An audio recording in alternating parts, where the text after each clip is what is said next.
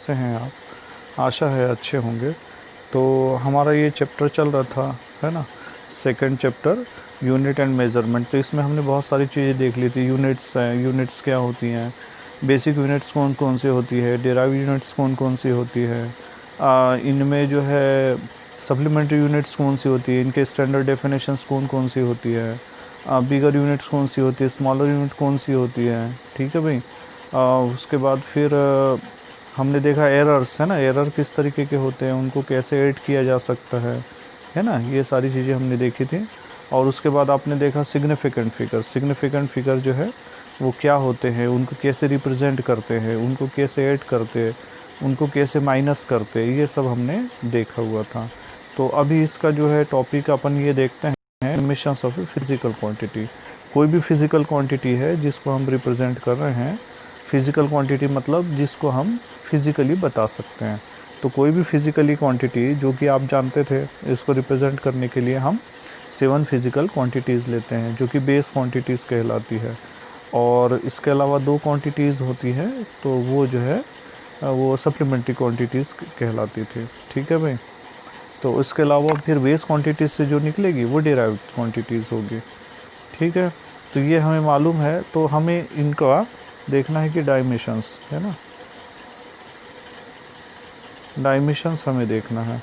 तो डायमेंशंस कैसे बताना है? डायमेंशंस मीन्स ये हो जाएगा कि जो पर्टिकुलर डायमेंशन मतलब हो गया कि कोई भी जो पर्टिकुलर क्वांटिटीज़ है, डायमेंशन मतलब उसकी लेंथ क्या हो रही, ब्रेथ क्या हो रही, हाइट क्या हो रही। एक एग्जांपल के लिए हम समझ सकते हैं कि इस तरीके से डायमेंशंस, है ना, क्या डायमेंशन लेंगे। तो इसको रिप्रेजेंट करने के लिए ये तो हमें मालूम है कि 7 बेस क्वांटिटीज़ होती है, तो उसी के हिसाब से हम इसको डिनोटेड करते हैं। ठीक है भाई। तो नॉर्मली इनको जो है हम जो बेस क्वांटिटीज़ है, तो बेस क्वांटिटीज़ में जैसे आपको मालूम है कि भाई जो बेस क्वांटिटीज़ होती है ये होती है, आपको डायमेंशंस के लिए एल होती है, मास के लिए एम होगा, टाइम के लिए टी होगा, और इलेक्ट्रिक करंट के लिए आप ए आपने लिया हुआ था, और टेम्परेचर के लिए के, है ना, और लुमिनस के लिए कैंडला। तो इस तरीके से हम इनको जो है इसमें हम पर्टिकुलर जो सिंबल है इनसे बताते हैं। और इसको लिखने का तरीका ब्रैकेट के अंदर इस तरीके से हम लिखते हैं। एल है तो एल को, यानी कि एम है तो एम, एल और टी, इस तरीके से लेके एक ऐसा ब्रैकेट बना के हम इसको शो कर देते हैं। और इसके ऊपर जो पावर आती है, पावर और एक्सपोनेंस के फॉर्म में ऊपर इसमें लगा देते हैं, यदि अगर डबल होती है तो इस तरीके से। ठीक है भाई। तो यदि अगर ये ब्रैकेट बताया गया तो मतलब ये डायमेंशंस, है ना, डायमेंशन और क्वांटिटीज़ को बता रहा है। तो जैसे बेसिक अगर हम 3 की बात करें तो एम एल टी, ये सबसे पहले वाले हैं, है ना। जैसे लेंथ के लिए, है ना, एल हो जाएगा, और जो मास के लिए एम हो जाएगा, और टाइम के लिए जो है हम ये टी बता सकते हैं। तो इससे जो है ये वाले जो बेस जो है क्वांटिटीज़, 3 टाइप की क्वांटिटीज़ हैं, इनके आधार पे हम बाकी क्वांटिटीज़ और उनके फार्मूले भी निकाल सकते हैं। ठीक है भाई। फॉर एग्ज़ाम्पल यदि अगर हम बात करें कि भाई जो है वॉल्यूम का डायमेंशंस क्या होगा, तो वॉल्यूम का डायमेंशन क्या होगा, L into L into L, तो एल 3 टाइम्स हो जाएगा। इससे हम बता सकते हैं। ठीक है। तो अब जो बाकी जो बच गया, अगर मान लीजिए कोई डायमेंशन नहीं आ रहा, तो उसको एम की पावर 0 के रूप में, टी की पावर 0 के रूप में, इसके रूप में अपन यहाँ पे बता सकते हैं। ठीक है। ऐसा ही एक और एग्जांपल जैसे आपका दिया है ना, जैसे फोर्स इक्वल देन होता है मास इनटू एक्सेलरेशन। अब यहाँ पे मास है, मास ले रहे तो मास की वैल्यू क्या हो जाएगी, एम हो जाएगी, है ना। और एक्सेलरेशन यदि अगर हम कहें तो एक्सेलरेशन होता है मीटर पर सेकंड स्क्वायर। मीटर मतलब लेंथ, तो एल से बताएंगे, और सेकंड स्क्वायर मतलब टी का स्क्वायर। तो इस तरीके से एफ इक्वल देन होगा एम एल और टी का पावर -2। तो इस तरीके से हम जो है इसकी फोर्स की इस तरीके से डायमेंशंस को बता सकते हैं। ठीक है। अगर इसी को थोड़ा आगे बढ़ा दिया जाए और वर्क का बोला जाए, तो work equal then F into D होता है, फोर्स इंटू डिस्प्लेसमेंट। तो फोर्स की बात करें तो ml और t-2 हो जाएगा, और यहाँ से और d ये भी लेंथ है तो ये भी l के फॉर्म में आएगा।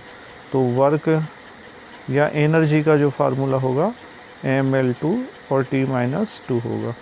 तो इस तरीके से इनको रिप्रेजेंट किया जाता है या इसको डायमेंशन को बताया जाता है। अगर ये दो साइड हो गए, यानी जैसे आप जानते हैं वर्क या एनर्जी है ना, क्योंकि आपको मालूम है ability to do work it is called energy. तो जो वर्क हो रहा वो हो रहा है ml2 t-2। तो यही जो है डायमेंशंस एनर्जी का भी होगा। और अगर इसमें दो साइड मिल गए तो ये कहलाता है डायमेंशन इक्वेशन। ठीक है भाई, अगर दो साइड जैसे वर्क या जो आपने देखा एनर्जी बराबर आप देख रहे ml2 और t-2, तो यदि अगर ये इक्वेशन मिल गया तो ये कहलाएगा डायमेंशनल इक्वेशन। ठीक है भाई, डायमेंशनल इक्वेशन कहलाएगा। क्लियर है? तो यदि अगर दो साइड है तो डायमेंशनल इक्वेशन। तो इसी तरीके से हम बाकी चीज़ों का भी डायमेंशनल फार्मूला सिंपली निकाल सकते हैं।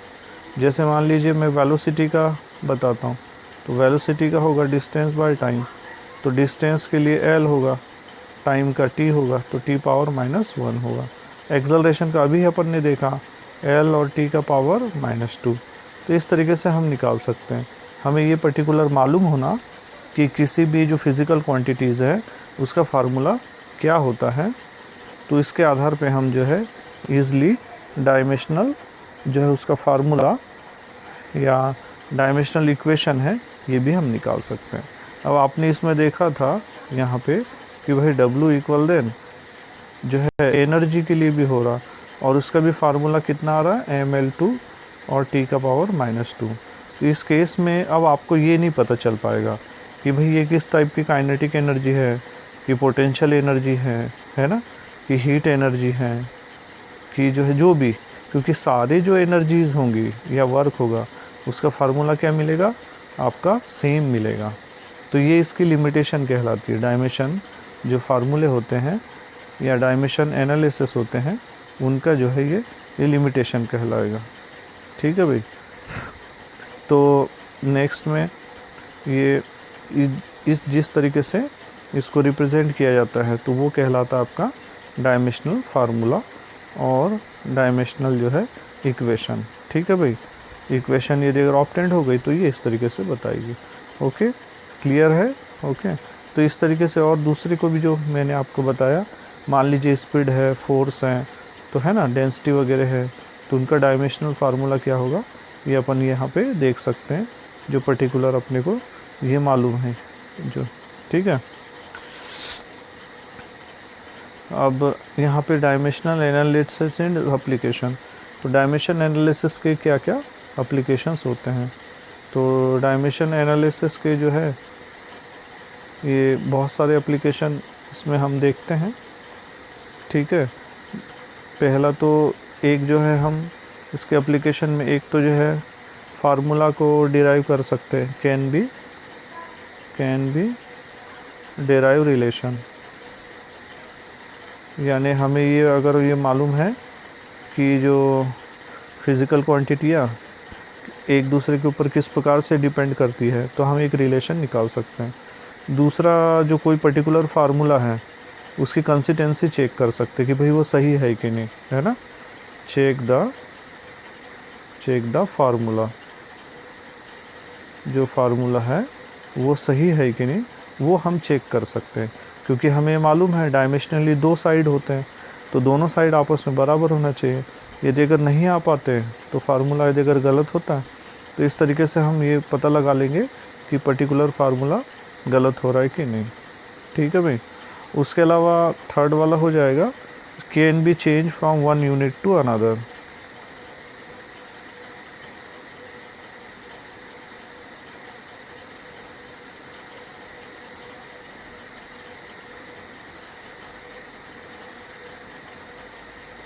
ठीक है, तो एक यूनिट से दूसरी यूनिट में भी हम इसको चेंज कर सकते हैं। जैसे मान लीजिए कि फोर्स के लिए हमें यूनिट क्या मालूम है, केजी मीटर पर सेकंड स्क्वायर होती है। तो यदि अगर मान लीजिए हम इसको ग्राम सेंटीमीटर सेकंड स्क्वायर में भी परिवर्तित कर सकते हैं, तो ये जो यूनिट है न्यूटन में कहलाती है, न्यूटन या 1 न्यूटन, और वो जो यूनिट आपका ग्राम सेंटीमीटर सेकंड स्क्वायर वो कहलाती है जो है अर्ग में डाइन में कहलाती है। ठीक है भाई, इस तरीके से बता सकते हैं। तो ये इस तरीके से 2-3 चीज़ें जो है अपन देखते हैं। पहला हो जाएगा आपका checking the dimensional consistency of equation, यानी जो पर्टिकुलर आपको जो फार्मूला दिया हुआ है वो सही है कि नहीं हम ये पता लगा सकते हैं। तो बहुत ईज़िली अपन इसको पता लगा सकते हैं, क्योंकि इसके हमें क्या मालूम है 2 साइड होते हैं, है ना, उसके आधार पे अपन इसको बता सकते हैं। तो इसमें जो है कौन सा, ये प्रिंसिपल ऑफ होमोजेनिटी, यानी कि उसके पे जो दोनों तरफ की जो रिलेशन है वो सही आनी चाहिए। या इक्वेशन में अपन फार्मूला यदि रख देते हैं और फार्मूले में जो वैल्यू रखने के बाद में अगर वो आपस में बराबर नहीं होती है तो उसके आधार पे हम ये बता देंगे कि ये गलत फार्मूला आ गया है। ठीक है, फॉर एग्ज़ाम्पल यदि अगर मान लीजिए ये एक फार्मूला दिया हुआ है x = x0 + v0t + 1/2 at², ये सेकंड इक्वेशन ऑफ मोशन है। तो सेकंड इक्वेशन ऑफ मोशन क्या होता है, ये था s = ut ½ at²। तो ये आपको फार्मूला मालूम है। तो अब आपको इसमें वैल्यू पुट करना है, और ये जो है ना, आप पहले जो है ये LHS देखते हो, तो LHS में आपको ये मिल रहा है s। तो s किसको बता रहा है, डिस्प्लेसमेंट को। तो डिस्प्लेसमेंट की जो है डायमेंशन क्या हो जाएगी, L हो जाएगी। तो इस तरीके से आ जाएगी। तो ये वाली जो है इनके बराबर होना, अगर इनके बराबर है मान लीजिए तब तो उसका फार्मूला सही है, अदरवाइज़ गलत है। तो इसको हम चेक कर सकते हैं। तो यहाँ पे क्या आ रहा है, RHS लेते हैं। तो RHS में हो गया आपका UT और प्लस AT²। इसमें ये ध्यान दे कि बीच में प्लस आया, तो ये यानी कि ये क्वांटिटी और ये क्वांटिटी, ये दोनों को जो है सॉल्व करने से ये इसके बराबर ही आनी चाहिए। ठीक है भाई, UT + AT² को। ठीक, तो इसको करने के लिए पहले आप इसको निकाल दे UT को। ठीक है भाई, तो UT का डायमेंशंस क्या हो जाएगा, UT का डायमेंशन से अगर दे ले तो UT का डायमेंशन होगा मीटर पर सेकंड, है ना भाई। तो मीटर पर सेकंड, तो मीटर को हम L से बताएंगे और पर सेकंड यानी टाइम को इस तरीके से बता देंगे, है ना, L और T के फॉर्म में। और फिर से ये टाइम है, तो ये फिर से टाइम आ जाएगा। तो आप चाहो तो यहाँ से कैंसिल आउट कर देंगे, तो यानी UT की वैल्यू केवल L आई। अब बच गया, है ना, 1/2 AT²। अब इसमें आप ये ध्यान दें कि ये जो नंबर आते हैं इनको छोड़ दिया जाता है। ये ध्यान दें कि ये जो नंबर होते हैं इनको छोड़ दिया जाता है। तो यहाँ से क्या होता है, ये कांस्टेंट कहलाते हैं, है ना। तो यदि अगर हम इसको छोड़ देते हैं तो ये हो गया ए क्या होता है, एक्सेलरेशन। तो एक्सेलरेशन का डायमेंशन जो होगा ये क्या होगा, L, और टाइम का T² हो गया। ठीक है भाई, और फिर से T² है, तो ये T² कैंसिल आउट हो गया, और फिर से क्या आ गया, L आ गया। ठीक है भाई, तो चाहो तो हाफ L को भी रख सकते हैं या L भी रख सकते हैं। तो यहाँ से इक्वेशन मिला था S = UT ½ AT²। तो S क्या है आपका, S तो L है, और ये U और T, इसकी वैल्यू कितनी आ गई थी, L आ गई थी, याद है। तो यहाँ पे आ गया L प्लस ये वाला सॉल्व कर दिए थे 1/2 AT², या तो L या L/2 ले लीजिए। तो यहाँ से चाहो तो आप लिख सकते हैं 2, है ना, 3L/2, या L ये इसके बराबर, और ये S वाला ये भी L, तो ये आपस में क्या हो रहे हैं, L पर आ गया, 3/2 को छोड़ देंगे क्योंकि कांस्टेंट होता है। तो इस तरीके से L और L ये आपस में बराबर है। इसका मतलब ये वाला जो फार्मूला था, ये ना भाई, ये वाला जो फार्मूला आपने देखा है ये राइट है। ओके, तो इस तरीके से हम प्रिंसिपल ऑफ होमोजेनिटी से जो कोई भी इक्वेशन है ना, checking the dimensional consistency of equation, जो आपको इक्वेशन मिल रहा है उसके फार्मूले की हम जो है चेकिंग इस तरीके से कर सकते हैं। ठीक है भाई, ये क्लियर है। तो एक तो ये यूज़ हो जाता है ना। तो इस तरीके से हम कोई भी, है ना, यदि अगर कोई इक्वेशन यदि अगर गलत है, मान लीजिए if an equation of all this constituted is proved wrong, अगर ये फॉल हो जाता है तो ये फार्मूला जो है ये गलत हो जाएगा। इस तरीके से हम डायमेंशनली करेक्ट जो इक्वेशन है या फार्मूला है उसी को हम हमेशा चूज़ करेंगे। एक दूसरा वाला एग्जांपल ये आप देख रहे हैं 1/2m², ये काइनेटिक एनर्जी का फार्मूला है, ये पोटेंशियल एनर्जी का फार्मूला है। ये आपको मालूम है कि आपस में बराबर होते हैं। इसकी वैल्यू पुट करके m की v² की वैल्यू, यहाँ से m g और h की वैल्यू ये रख के हम ये प्रूफ कर सकते हैं ये आपस में बराबर होंगे कि नहीं। ठीक है, तो इस तरीके से हमको पता चल जाएगा। और भी दूसरे फार्मूला एग्जाम्पल, ये तो आप इसको ज़रूर सॉल्व करके देखिए। एग्जाम्पल 2.16 इनको आप सॉल्व करके देखें। अगर आपको प्रॉब्लम जाती है ना, या कुछ क्लियर नहीं होता है तो आप जो है मुझे 9424396877 नंबर पे जो है आप कमेंट्स करके या अपना डाउट्स आप भेज सकते हैं कि किस में प्रॉब्लम हो रही है। तो मैं जो है कोशिश करूँगा कि आपके जो प्रॉब्लम है उसको सॉल्व कर सके। ठीक है, तरीके से होगा। एक दूसरा वाला जो इसका यूज़ है ये है deducing relation among the physical quantity. Physical quantities के बीच में जो है ये रिलेशन निकालने के लिए भी इसका यूज़ होता है। ठीक है भाई, तो इसको हम किस तरीके से करते हैं, इसमें जो है पर्टिकुलर हम ये पता लगा लेंगे कौन सी फिज़िकल क्वांटिटी है वो दूसरे किन फैक्टर्स के ऊपर डिपेंड करती है, और बाद में दोनों को डायमेंशंस जो है वहाँ पे रख देते हैं और उसके आधार पे हम ये पता लगा सकते हैं कि ये जो पर्टिकुलर फार्मूले का डेरिवेशन क्या होगा। तो इसको एक एग्ज़ाम्पल के माध्यम से अपन समझते हैं। ठीक है, तो एक एग्ज़ाम्पल आपको यहाँ पे दिया हुआ है कि consider a simple pendulum having bob attach to a string that oscillate under the action of a force of gravity. Gravity के फोर्स के अंतर्गत जो एक सिंपल पेंडुलम लिया गया है जो ऑसिलेशन कर रहा है ग्रेविटी के इफ़ेक्ट में। अब आपको बताना है कि उसका जो टाइम पीरियड होता है वो उसके लेंथ के ऊपर और मास ऑफ बॉब के ऊपर डिपेंड करता है। तो देखिए इसके लिए कैसे रिलेशन अपन निकाल सकते हैं। तो अब आप इसमें क्या देख रहे हैं, क्या है इसमें, सबसे पहले आप देखें कि भाई जो टाइम पीरियड है ना, यहाँ पे आपको दिया हुआ है एक सिंपल पेंडुलम है ना। इसके टाइम पीरियड की यदि अगर बात करते हैं, टाइम पीरियड मतलब होता है कि जो है ये पोजीशन से लेकर यहाँ तक गया और फिर यहाँ वापस आया, ये कहलाएगा इसका टाइम पीरियड।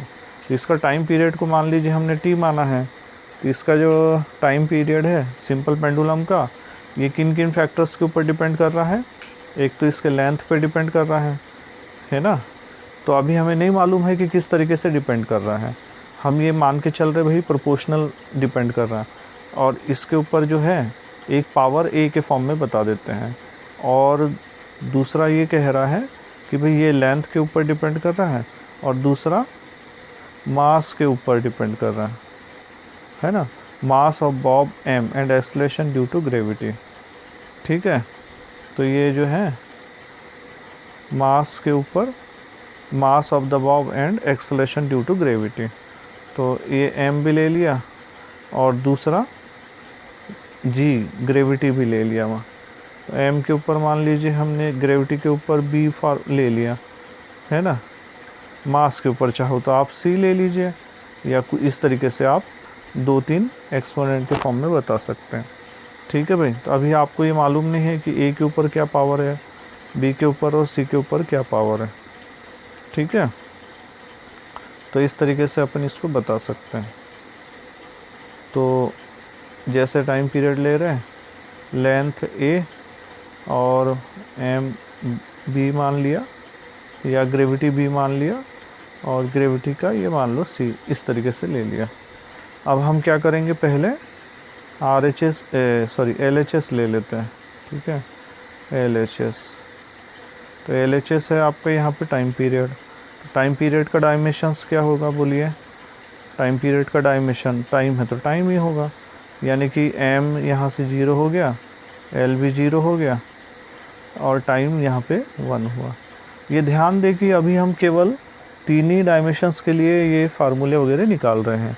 इसके अलावा 4 और बेसिक होते हैं, उनका जो है कम यूज़ होता है, इस वजह से उनका जो है कम यह प्रॉब्लम दी हुई है, ठीक है भाई। तो ये तो LHS हो गया टाइम पीरियड के लिए। अब दूसरा हम ले लेते हैं RHS।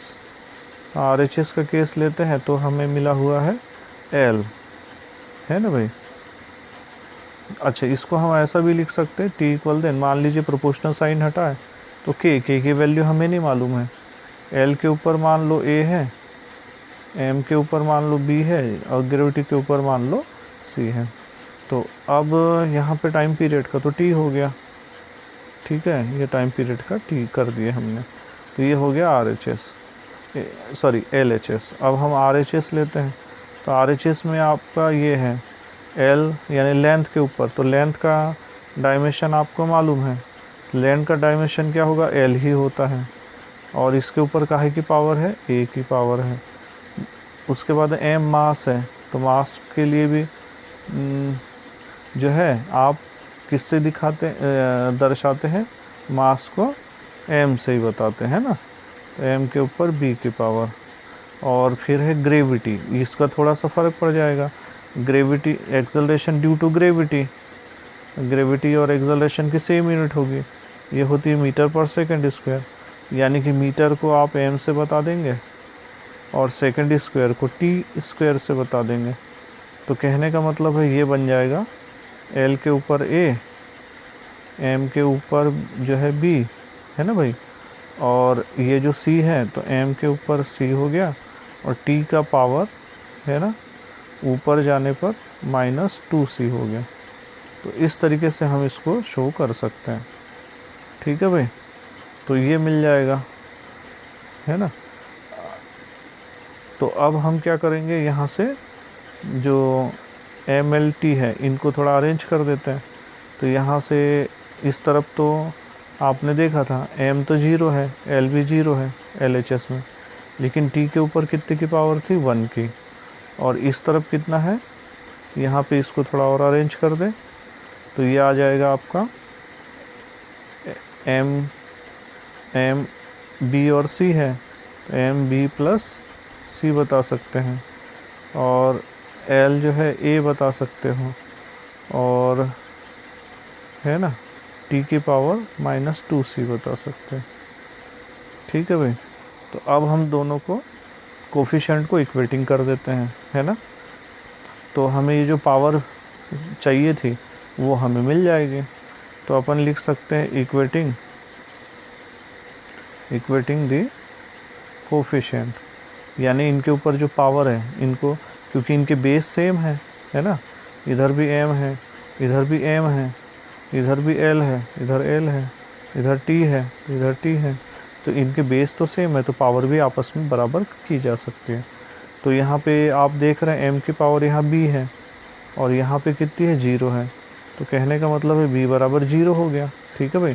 तो कहने का मतलब यहाँ तो B बराबर 0 मिल गया, यानी M इस फार्मूले में नहीं आएगा, क्योंकि M के ऊपर 0 की पावर मतलब 1 हो गया। और फिर आगे आपका दूसरा फिर L लेते हैं, तो L यहाँ से 0 मिला है, तो L का 0 बराबर यहाँ से कितना हो जाएगा, L यहाँ पे आपको कितना मिल रहा है, यहाँ पे L मिल रहा है A, 0 बराबर A मिल गया। और लास्ट वाला T, तो T की 1 है, इधर LHS में 1 है, और इस तरफ कितना है, -2C है, ठीक है भाई।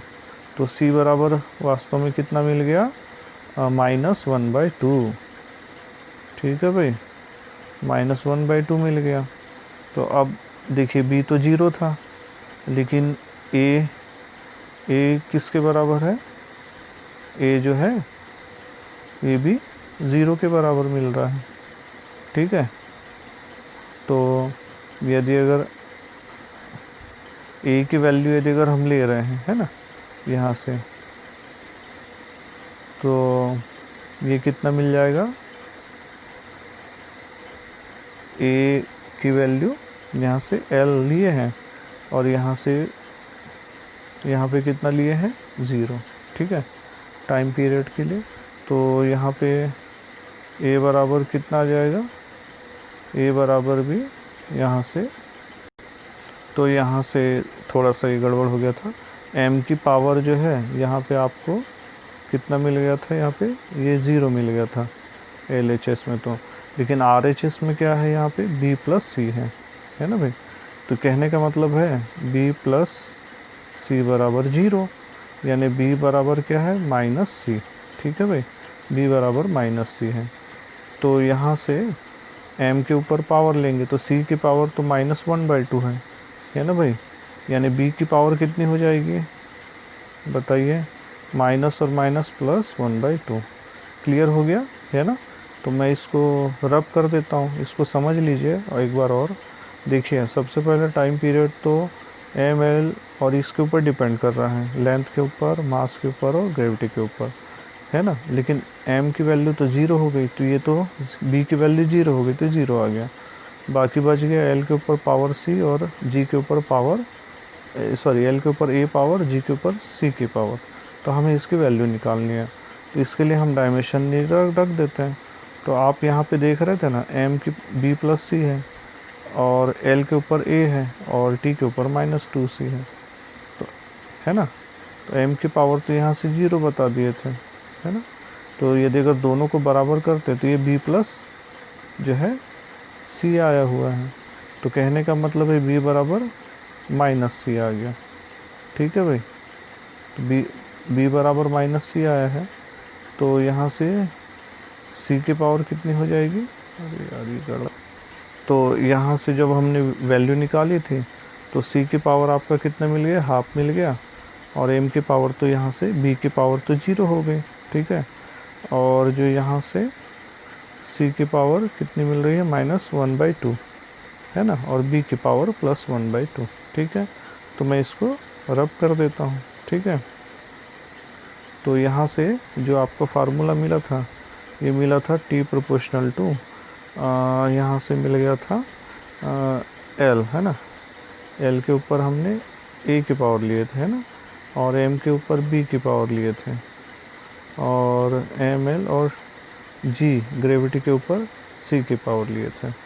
तो यहाँ से t इक्वल देन आपने कांस्टेंट लिया था k, और l के ऊपर तो ये हाफ की पावर थी, m तो 0 हो चुका था, ये 1 हो जाएगा, और g के ऊपर -1/2 की पावर थी, तो t इक्वल देन k हो गया, और यहाँ से m0 तो 1 हो गया, और ये बच गया l का पावर हाफ, और g के ऊपर -1/2, यानी g नीचे चला जाएगा। तो इस तरीके से यहाँ से k हो जाएगा और l और बाय आप g लिख सकते हैं, और इसके ऊपर हाफ की पावर, ठीक है भाई। तो यहाँ से t इक्वल देन k की वैल्यू अगर कांस्टेंट है, ये हमें मालूम नहीं है मान लीजिए, तो आप ये बाद में, चूँकि कांस्टेंट की वैल्यू तो निकाल ही नहीं जा सकती, तो ये 2 पाई होता है वास्तव में, और ये अंडर रूट, हाफ है तो अंडर रूट, और l/g। तो इस तरीके से आप जो है डायमेंशनली फार्मूला भी आप यहाँ से निकाल सकते हैं। तो ये इसका तीसरा जो है, सेकंड वाला जो है यूज़ है, ठीक है भाई, क्लियर है। तो ये यहाँ पे ये सॉल्व होने के बाद में के फॉर्म में ये आपका दिया हुआ है, आप यहाँ से देख सकते हैं। पहले इसकी डिपेंडेंस बताई गई है, फिर इनकी वैल्यू निकाला गया, ये कोफिशिएंट को आपस में बराबर करके, और जब ये वैल्यू आ गई है, ठीक है, तो इसका जो फार्मूला आप देख रहे हैं कि ये वाला फार्मूला जो अपन ने अभी निकाला था वो निकल जाता है। तो आप इसका जो है प्रैक्टिस करके देखें। फिर जो थर्ड वाला जो है कि एक यूनिट से 1 यूनिट से अनदर यूनिट में जो हम चेंज कर सकते हैं, इसके बाद वाला है ना, वो देखेंगे। और सेकंड चीज़ है कि भाई इनकी लिमिटेशंस क्या क्या होती है, ठीक है। तो आप जो है ये चैप्टर को देख लें, उसको पढ़ लें, और यदि अगर आपको कोई इसमें दिक्कत आती है तो मेरा जो पर्टिकुलर व्हाट्सएप नंबर है उसमें आप ये बता दें, है ना, कमेंट करके, तो मैं आपका जो भी प्रॉब्लम है उसको कोशिश करूँगा सॉल्व करने के लिए। Okay, thank you.